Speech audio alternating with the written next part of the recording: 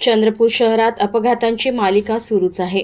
चंद्रपूर नागपूर मार्ग असो वा गडचिरोली बल्लारपूर मार्ग, या सर्वच मार्गावर अवजड वाहनांची वाहतूक शहरवासियांच्या मुळावर उठली आहे।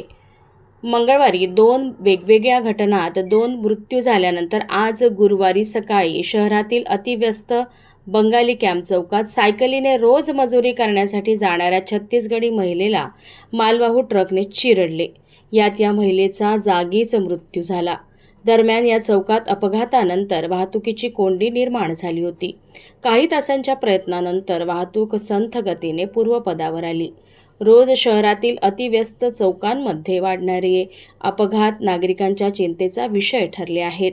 शहराला वळण मार्गाची गरज असताना यापूर्वी योजनेत असलेले वळण मार्ग रद्द करून जिल्हा प्रशासनाने घोडचूक केल्याचा आरोप विरोधी पक्षांनी केला आहे।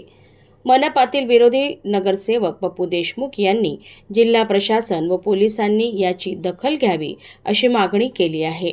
वळण मार्ग नव्याने निश्चित करून कामाला सुरुवात न केल्यास तीव्र आंदोलनाचा इशारा त्यांनी दिला आहे।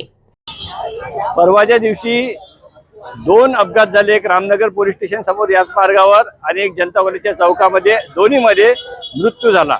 सकाळी एक अपघात झाला जनता कॉलेजच्या समोर, पुन्हा एकदा ट्रक रस्त्यावर उभे असल्यामुळे त्यात एक माणूस मरता मरता वाचला आणि एका मजूर बाईचा या ठिकाणी ट्रकच्या खाली दबून चेंदामेंदा अक्षरशः झालेला आम्ही डेड बॉडी आता बघितली।